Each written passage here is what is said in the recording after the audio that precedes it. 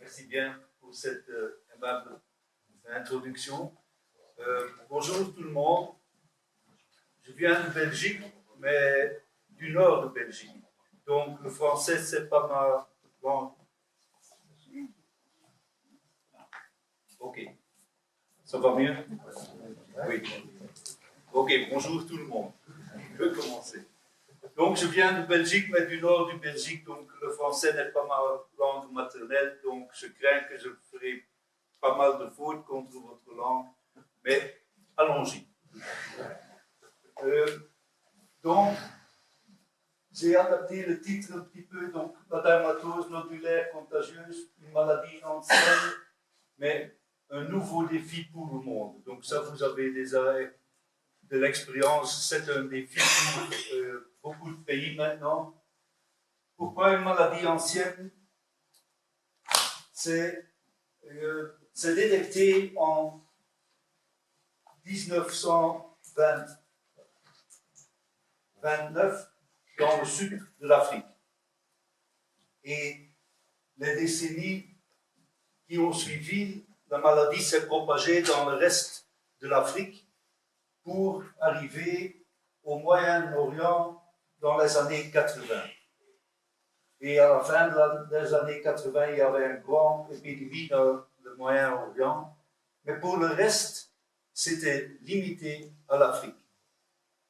Nulle part d'autre, dans aucun continent, ils ont connu le DLC à ce moment-là. Donc, il y avait très peu de l'intérêt du reste du monde. Et ça a eu une influence, une influence négative sur la connaissance qu'on a maintenant de cette maladie. Parce qu'au moment que c'est arrivé en Europe, on connaissait très peu de cette maladie parce que tout le monde était à son aise. Et c'était en Afrique, donc il n'y avait pas de budget pour la recherche, il n'y avait pas de support pour les instituts en Afrique, donc la connaissance était limitée. Avant de continuer pour expliquer un petit peu l'épidémie, je veux d'abord souligner quelques points.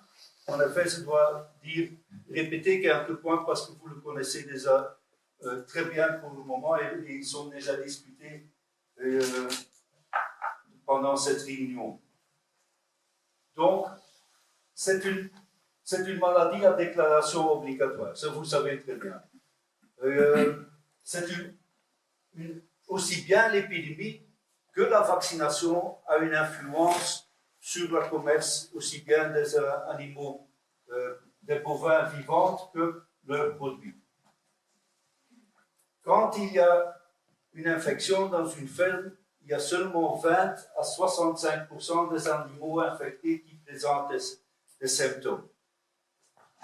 Vous pouvez dire, non, moi je connais une ferme où il y avait seulement 1 ou 2 animaux qui étaient infectés, donc c'est beaucoup moins que les 20%, mais les 20 ou 65%, c'est que quand vous ne prenez pas de mesures, donc quand il n'y a pas d'abattage et vous laissez passer la maladie, donc il y a une grande variation entre 20 et 65% des animaux avec des symptômes cliniques. Ça ne veut pas dire que les autres animaux ne sont pas infectés. C'est bien connu et c'est bien prouvé qu'il y a des animaux avec des symptômes, des animaux infectés de façon subclinique, donc sans symptômes. Et là aussi, c'est prouvé que ces animaux qui sont infectés de façon subclinique, qu'ils ont du virus dans la peau. Probablement, vous avez déjà entendu qu'on sait trouver le virus dans le sang central, quand on fait des prises de sang, et que la présence du virus dans le sang, c'est dans le temps que c'est limité à 1 ou 2 semaines.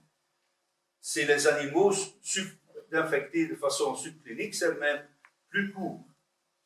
Mais le virus qui peut être dans le peau, même si les animaux subcliniques, peut rester là-bas pendant plusieurs semaines. Et en plus, on a eu l'occasion de prouver quand on met des mouches piqueuses sur le peau des animaux infectés de façon subclinique, et on laisse les prendre du sang, on laisse les piquer, et puis on met ces mouches sur d'autres animaux qui ne sont pas infectés, alors qu'on sait transmettre la maladie. Donc, les animaux infectés de façon subclinique sont aussi infectieuses et peuvent aussi transmettre le virus que les animaux avec des symptômes. Donc, l'élimination des seuls animaux présentant des lésions cutanées ne permet pas de contrôler efficacement la propagation de la maladie. Il y a des pays qui ont pratiqué l'abattage partiel, pas en Europe, mais donc en Afrique, au Moyen-Orient, mais aussi l'épidémie est maintenant aussi en Asie. Là, il y a pas mal de pays qui ont essayé de faire l'abattage partiel. Aucune de ces pays ont réussi d'éradiquer la maladie. Donc, c'est un des maladies les plus complexes que j'ai connues pendant ma carrière. Pour moi, la fièvre afteuse est très grave, très fort, mais c'est moins compliqué que le DNC. La DNC.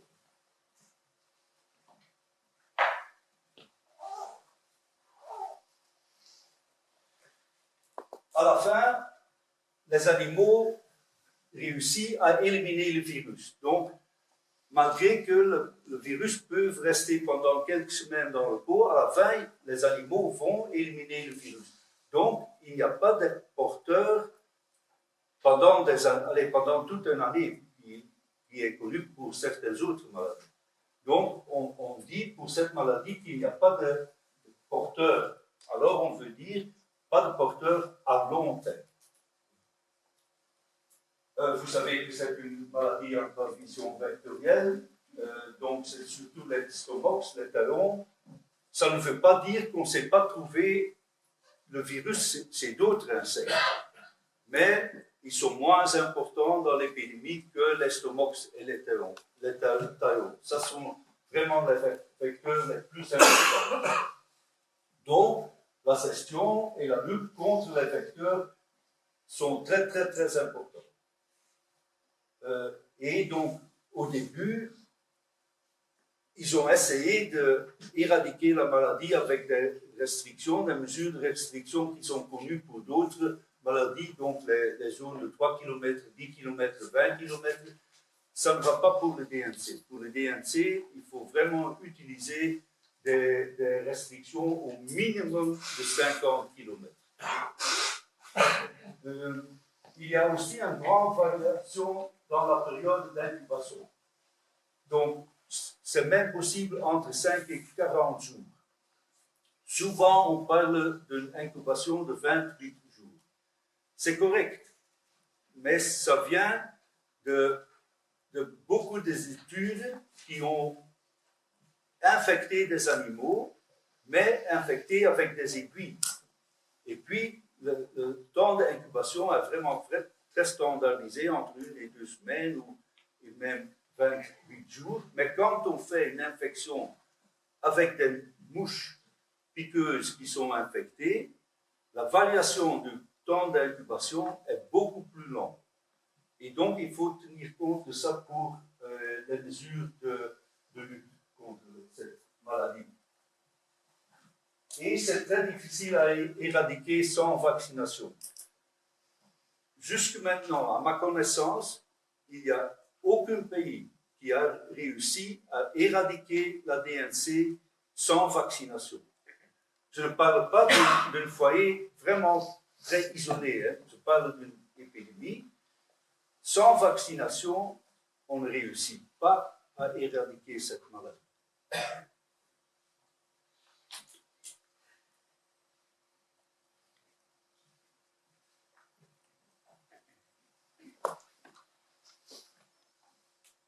Donc, c'est transmis par des vecteurs.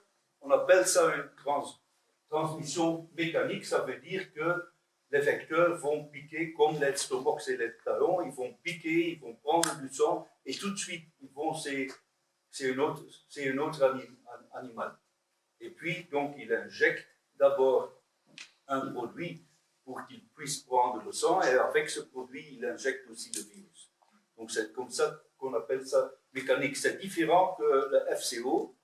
Avec le FCO et donc les glucoïdes, les glucoïdes prennent du sang et ils ont assez pour une semaine et le virus se multiplie dans le vecteur. Ce n'est pas le cas ici pour le DNC.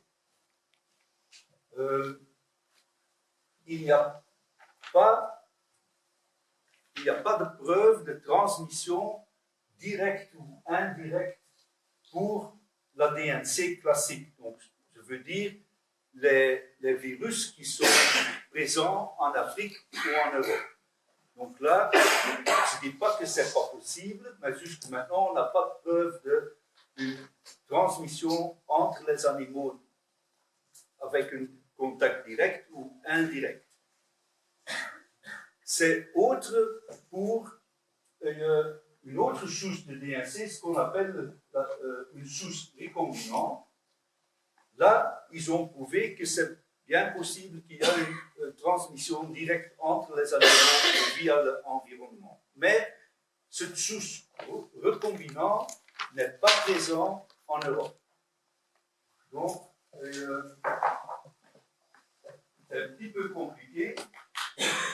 C'est une souche qui est présente, qui est apparue ici dans le nord du Kazakhstan et Russie, et qui puis se propager vers le Mont Joli, Chine, Laos, Thaïlande, Vietnam, les Philippines, Malaisie. Donc l'épidémie là est donc provoquée par cette souche recombinante. On appelle ça une souche recombinante parce que c'est une souche, un mélange entre le vrai DNC et d'autres virus comme le virus de pox de mouton, qui provoque le clavelé. C'est quelque chose qui est passé très probablement c'est un producteur de vaccins qui n'a pas suivi les règles de qualité. Producteur de vaccins en Afrique, pas en Europe.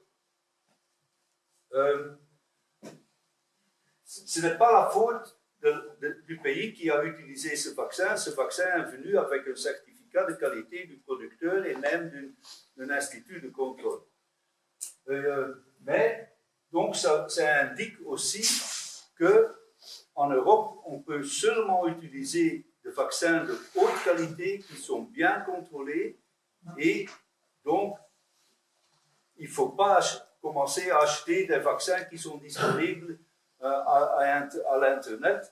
Les vaccins qui sont utilisés ici en France et les autres pays de l'Europe viennent d'une banque de vaccins de l'Europe et sont vraiment très très bien contrôlés indépendamment du producteur. Donc on doit vraiment utiliser des vaccins de haute qualité.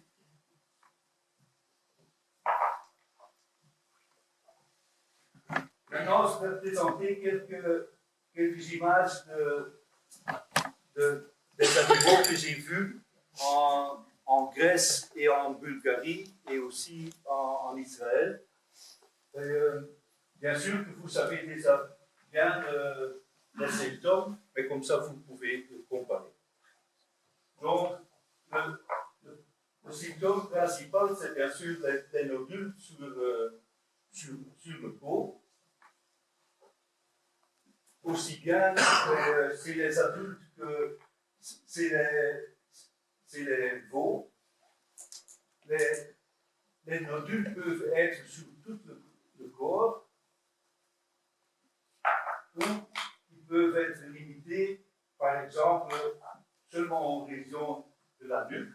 Ils peuvent être nombreux ou limités à une ou deux nodules, ou ils peuvent être aussi vraiment très très nombreux. Et ça peut être très très grave. Les nodules vont se d'abord ça. Donc, la couleur de la peau et les poils peuvent avoir une influence sur notre capacité de détecter les nodules. Ici, c'est moins évident de voir les nodules, mais quand on est sur le terrain, ça va encore avec la lumière, mais quand c'est dans les étables avec très peu de lumière, de temps en temps, c'est difficile à voir les nodules et on peut les manquer. Pour ça, l'importance aussi de, si c'est possible, de palper le thorax et le nuque pour vraiment trouver les nodules.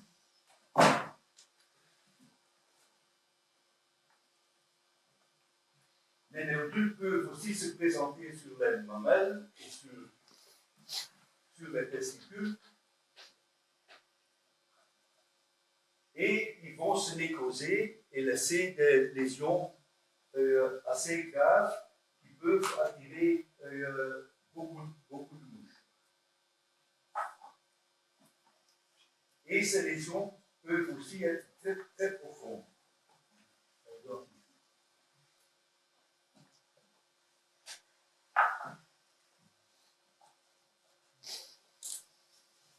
Donc, une surveillance clinique, aussi bien par les éleveurs que par les vétérinaires, que par les autorités compétentes, est vraiment très, très important.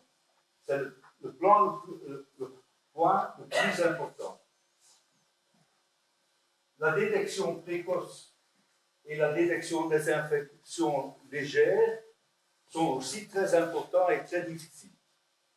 Et donc, bien sûr, une campagne de sensibilisation va cibler le personnel occupant des postes clés pour identifier les animaux infectés dans une exploitation ou avant leur déplacement à l'abattoir.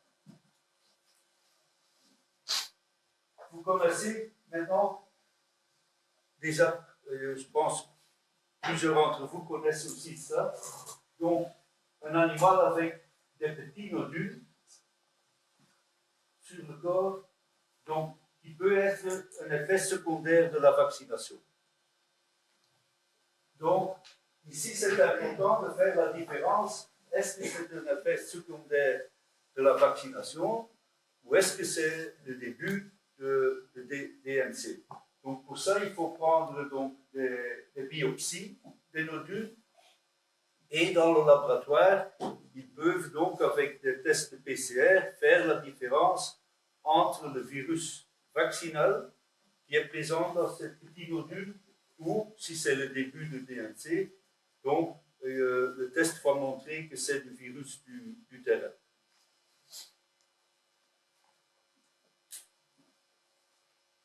Voilà. Maintenant, je vais vous montrer quelques diapositives de l'épidémie dans le Balkan. Je ne vais pas parler de l'épidémie d'ici en France, parce que ça vous connaissez beaucoup mieux que moi, mais donc quelques mots de l'épidémie dans le Balkan. Donc, pour revenir en Afrique, donc, il y avait une grande épidémie fin des années 80 au Moyen-Orient, et puis une autre au 2006-2007, et puis une autre qui a commencé à 2012. 2012, c'était l'année avec beaucoup d'agitation dans le Moyen-Orient et avec plusieurs révolutions dans quelques pays du Moyen-Orient. Et ça a provoqué des déplacements de différentes populations, souvent avec les animaux aussi. Et ainsi, la DNC s'est aussi se propagée dans le Moyen-Orient et est arrivée,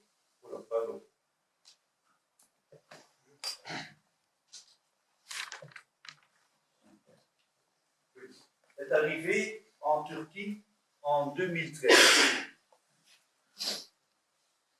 Puis, la maladie s'est propagée vers l'Est, vers le Transcaucase, et donc l'Azerbaïdjan a déclaré la maladie, et puis c'est se propagé pour arriver en 2015 en Russie.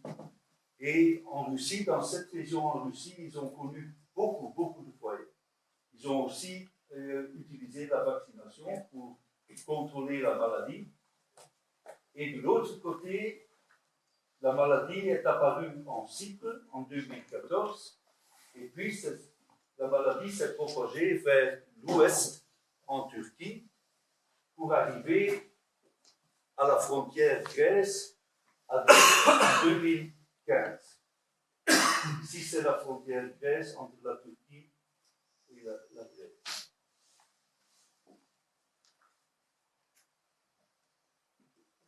Et là, la frontière Grèce, c'est une rivière, c'est la rivière Evros, et donc avec une delta. Et quand il y a un delta, il y a beaucoup d'insectes et beaucoup de mouches. Et donc là, tout d'un coup, dans quelques jours, il y avait beaucoup de foyers dans cette région en Grèce. Et puis ça se propageait vers le nord, mais puis il y avait aussi le phénomène que vous connaissez aussi bien, qu'il y a des déplacements à plus grande distance. Ici même, passer toute une province pour arriver dans une autre province. Très probablement lié à des déplacements des animaux pas autorisés. Donc, à ce moment-là, il n'y avait pas encore la vaccination et il y avait les mesures de contrôle, de restriction de mouvement et donc les zones de protection, surveillance et restriction. À ce moment-là, on pensait en Europe encore qu'on pouvait contrôler la DNC sans vaccination. C'était aussi difficile pour l'Europe de décider de vacciner parce qu'il n'y avait pas un vaccin disponible en Europe. Donc, ils ont dû acheter du vaccin à l'Afrique du Sud pour utiliser ici. Donc, la décision était assez difficile et pour ça, il y avait aussi un retard avant d'utiliser la vaccination. Donc, à ce moment-là, il n'y avait pas de vaccination. Donc, la DNC a continué à se propager vers d'autres provinces de la Grèce. Et on est maintenant en novembre 2015 et même en Grèce, en cette région-là, novembre, décembre peut être assez froid. Il y a le vent qui vient du nord et ça peut être assez froid. Donc, il reste aussi un hiver là-bas. Donc, les foyers de la DNC sont s'arrêtés. Il n'y avait plus de foyers, après le 9 novembre, il n'y avait plus de foyers de DNC. Les animaux sont entrés dans les étables pendant l'hiver et ils ont profité de vacciner tous les animaux. Donc à ce moment-là, le vaccin était arrivé et donc ils ont vacciné, ils ont obtenu un taux assez haut de vaccination, entre 80 et 100% de vaccination. Et l'épidémie était arrêtée. Donc tout le monde pensait qu'ils ont réussi à arrêter la DNC. Jusqu'à avril de l'année prochaine, la DNC a recommencé dans cette région-là. Et tout de suite avec plusieurs foyers. Ça, c'était la Provence. Vous voyez ici des chiffres de 100%, 80%. Ça, c'était la Provence avec seulement 64% de taux de vaccination. Et c'est là que c'est recommencé. Et donc, on a constaté que le virus n'était pas disparu. Donc, comment le virus peut survivre l'hiver? Donc, on n'a pas de preuves scientifiques pour ça. On a seulement des hypothèses. Une des hypothèses, ça peut être que pendant l'hiver, il reste quand même des insectes dans les étables et qu'il y a une circulation de façon subclinique ou bien il y a quand même des symptômes qui ne sont pas vus pendant l'hiver dans les étables. Donc, ça c'est une des hypothèses. Une autre hypothèse, c'est que on prétend qu'il y a des veaux qui sont nés, des veaux qui viennent des mères qui sont quand même infectées de façon subclinique, et les veaux sont porteurs de virus, et quand ils sont nés, ils sont une source pour les mouches. C'est quelque chose qui n'est pas prouvé, c'est une hypothèse, c'est quelque chose qui n'est pas prouvé en Europe, c'est quelque chose qui est connu en Afrique. Donc ça existe, des veaux qui sont nés porteurs de virus, même des veaux qui sont nés avec des nodules. Donc ça existe. Mais je ne dis pas que ça c'est le cas en Europe, hein, donc ce sont des hypothèses. Et probablement d'autres hypothèses sont aussi possibles. On ne sait pas le mécanisme, comment le virus sait survivre l'hiver et donc être la source pour un redémarrage de l'épidémie. Donc pour revenir à l'épidémie, donc on a eu les foyers qui sont redémarrés en Grèce et puis c'est passé de l'autre côté de la frontière Grèce-Bulgarie et de nouveau avec des déplacements en longue distance. Et la Bulgarie a commencé à vacciner la moitié de leur pays, mais vite ils ont décidé de vacciner tout le pays parce qu'il y avait de nouveau des déplacements vers le nord et donc il y avait un grand danger que le reste du pays serait aussi, aurait aussi la DNC dans le reste du pays. Et puis, ce n'était pas limité à Grèce-Bulgarie, donc ici, de nouveau la Grèce-Bulgarie, mais une fois que c'était donc recommencé après l'hiver, c'est passé vers la Bulgarie, mais aussi vers la Macédoine du Nord, et puis vers la Serbie, Monténégro, Kosovo, Albanie, pour tous les pays du Balkan, il y avait vraiment beaucoup de foyers. Donc, ces pays-là ont aussi décidé de commencer à vacciner. Ils ont tout de suite décidé de vacciner tout le pays. Et donc, le nombre de foyers sont commencé à diminuer.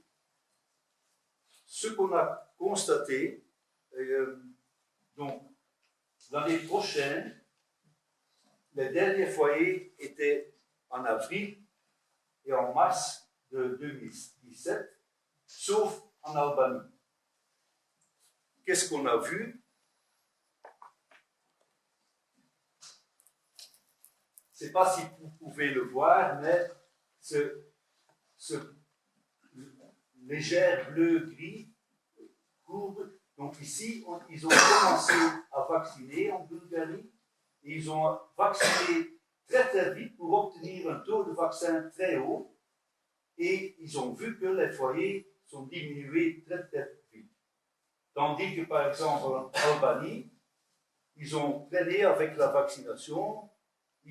Ça a pris du temps, et ils n'ont pas obtenu un taux de vaccination assez haut. Et les foyers sont continués, jusqu'à un certain moment que tout le monde a insisté qu'il faisait un grand effort pour obtenir un taux de vaccin plus haut.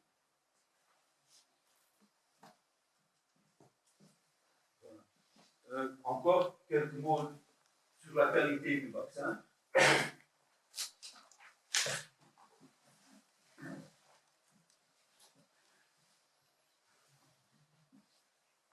Donc, comme j'ai dit, il faut seulement utiliser des vaccins de haute efficacité qui sont contrôlés de façon indépendante.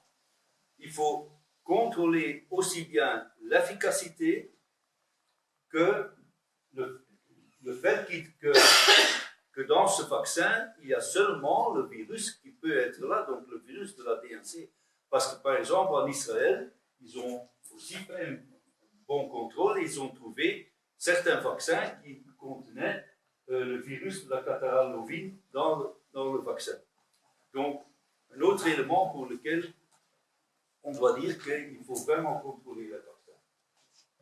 Donc, les vaccins qui sont utilisés ici sont basés sur le virus DNC et ça donne une bonne protection.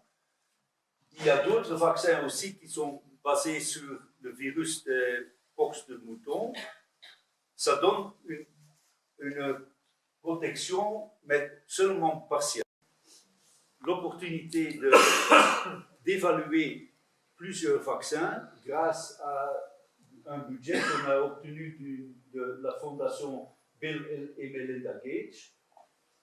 Et donc, on a évalué l'efficacité de ces vaccins, mais je souligne que c'était dans un environnement contrôlé. Je le souligne pour deux choses. D'abord, bien sûr, dans un environnement contrôlé, parce qu'on ne veut pas être la source de l'échappe de la DNC, ça c'est sûr, mais aussi pour dire que dans notre test pour contrôler le vaccin, on utilise des animaux qui sont bien contrôlés avant qu'ils entrent pour le test. Ça veut dire qu'on contrôle s'ils n'ont pas d'IBR, BVD, d'autres maladies, s'ils n'ont pas des infestations parasitaires. Donc, ce sont des animaux qui sont bien contrôlés et en bon état. Et donc, aussi la vaccination, on est sûr qu'on donne la vaccination. Tandis que donc les résultats d'un test comme ça, il ne faut pas le comparer avec ce qui se passe sur le terrain, et pas comparer à 100%, parce que sur le terrain, d'abord, vous avez des animaux qui, au moment qu'ils sont vaccinés, qui sont aussi probablement porteurs d'une autre maladie et qui ne sont pas leur santé n'est pas parfaite, donc ils ne vont pas réagir de 100% à la vaccination. Et aussi, malgré tous les efforts, on ne sait pas toujours vacciner tous les animaux à 100%. Il y a des animaux qui bougent et la moitié de la dose est dans l'air. Donc, ce n'est pas toujours évident de vacciner tous les animaux vraiment parfaitement. Donc, quand on a fait une campagne de vaccination, il faut toujours tenir compte qu'il y a un certain pourcentage des animaux qui n'ont pas bien réagi ou qui ne sont pas bien vaccinés. Donc, ça, il faut en tenir compte, et c'est probablement un des arguments pour lesquels c'est nécessaire de faire plus qu'une campagne de vaccination. Donc, mais d'abord, les résultats de nos tests. D'abord, avant qu'on a vacciné des animaux, on a mis au point un modèle pour infecter des animaux. Donc, ici, et quand on a infecté des animaux, on a suivi les animaux et on a bien observé les animaux et on a donné un score clinique. Et ici, vous voyez, donc d'abord, on observe les animaux pendant un certain temps, puis on fait l'infection, et puis vous voyez qu'il y a certains animaux, ici il y en a quatre animaux qui ont un score clinique assez haut, donc qui sont assez malades. Tandis que d'autres, par exemple ici, il y en a deux qui ont, par exemple, seulement un petit peu de fièvre, donc, et pour le reste rien du tout. Donc, un score clinique moyen, et encore un autre animal qui n'a presque rien du tout. Donc, un score de presque zéro. Donc, c'est ça aussi qu'on voit sur le terrain, qu'il y a des animaux qui peuvent être très malades, mais qu'il y a d'autres qui ne montrent presque rien du tout, et même d'autres sur lesquels on ne voit rien du tout. Donc, le modèle était représentatif pour ce qu'on voit sur le terrain. Donc, on va utiliser ce modèle-là pour d'abord vacciner les animaux, et puis les infecter, et puis les suivre pour voir s'ils ont des symptômes cliniques ou pas.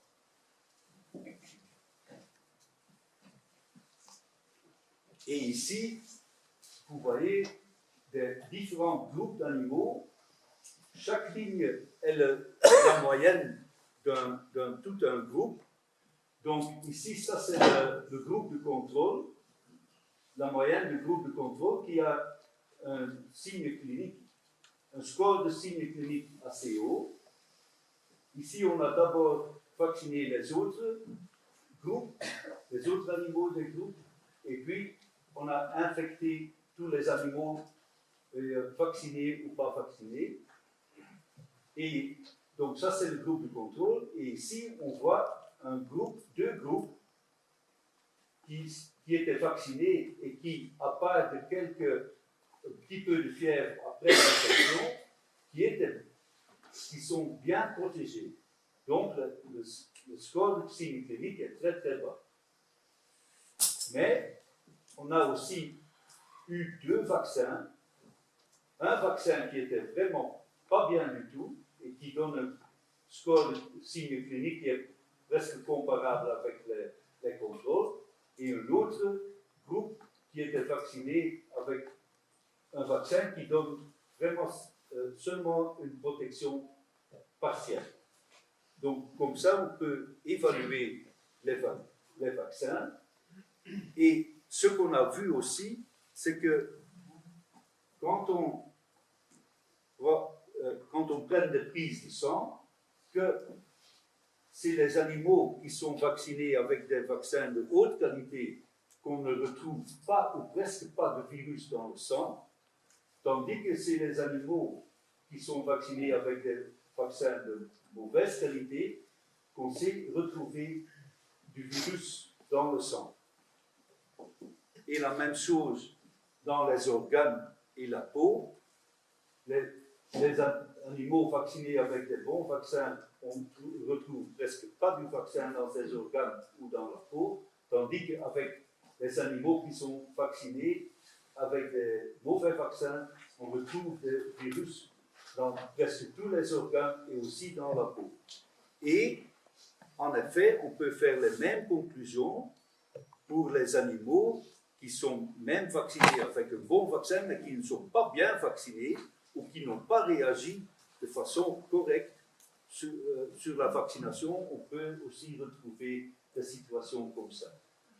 Pour ça, c'est important qu'il faut considérer que malgré que vous avez vacciné, qu'on peut avoir encore des animaux qui sont encore sensibles et qui peuvent attraper quand même encore le virus. C'est rare, mais ça peut arriver. Et c'est probablement pour ça que c'est important de vacciner plus qu'une fois. Voilà. Ce sont les points que je voulais partager avec vous et je vous remercie pour votre attention.